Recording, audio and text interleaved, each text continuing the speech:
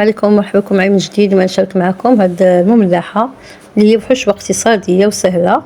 بعدا مبقاش عندنا الوقت مع هاد الايام ديال العيد، يعني حشوه سهله غير بالطون والفرماج، كتجي رائعه في المذاق وحتى في الشكل ديال الفطائر مختلفه.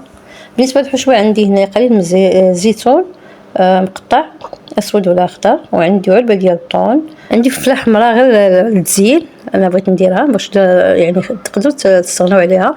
عندي بصله صوتيتها بقليل من الزيت وقليل من الابزار والملح، وعندي الجبن محكوك، والجبن الاخر اللي ديال سطيله اللي عنده شي جبن اخر كيديروا اللي كنديروا في الخبز. هذا كيعطينا واحد التعليكه لهاد الحشوه ويعطينا حتى مذاق. وعندي واحد معلقه ديال الهريسه انا درتها اختياريه، اللي بغى يديرها اللي بغى يستغنى عليه يستغنى عليها. صافي كنخلطوا هاد الحشوه، كنخلطها مزيان حتى تنسجم مع هاد الجبن.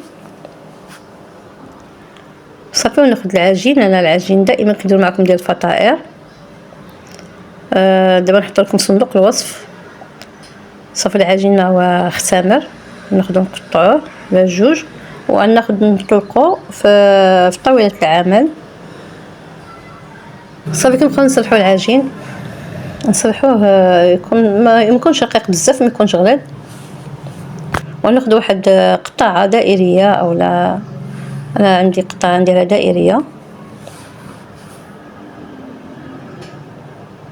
دغيا كيوجد هاد الفطائر دغيا كيوجدوا، غير العجين خصنا نكونوا موجدينها باش تختمر. صافي والحشوه سهله دغيا كنوجدوها، ما كنقليو حتى شي حاجه، غير البصله اللي كنديروها. بغيتو تخليو على البصله تخليو عليها، انا بغيت الطيبه ديال البصله كتجي بنينه في هاد الحشوه. صافي كنقطعهم على هذا الشكل،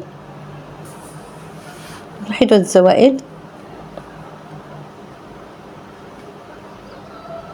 كنبداو ناخذ قطعه بقطعه وتنبداو نصلحوها شويه حيت كتبقى حيت العجين كيبقى يرجع، نصلحوها شويه توسع وعاد نحطوا فيها الحشوه.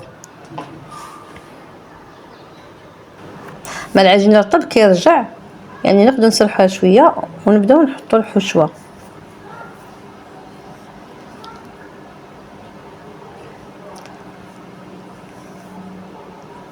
صافي كنحطوا تقريبا معلقه كبيره وكنجمعوا هاد الاطراف كنسدوهم، وحد يسدهم بطريقته. انا بحال كنضفرهم باش كيتسدوا مزيان، واللي بغى يضغط عليهم هكذا يضغط عليهم مزيان. صافي كنستمروا كنسرحوا، كنعاودوا نسرحوا هاد القطع، كنحطوا معلقه ديال الحشوه. صافي كنجمعوا الاطراف ديالها ديال اللي في القناص منه كنخليوه الوسط مفتوح كيعطينا واحد المنظر. كنبدلو حتى الفطائر ديالنا اللي كنديرو دائما،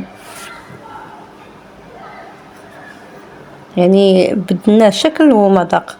حتى المذاق اللي كيكون في الوسط جا مذاق رائع وبنين، وما فيهش تكلفه كبيره في المقادير.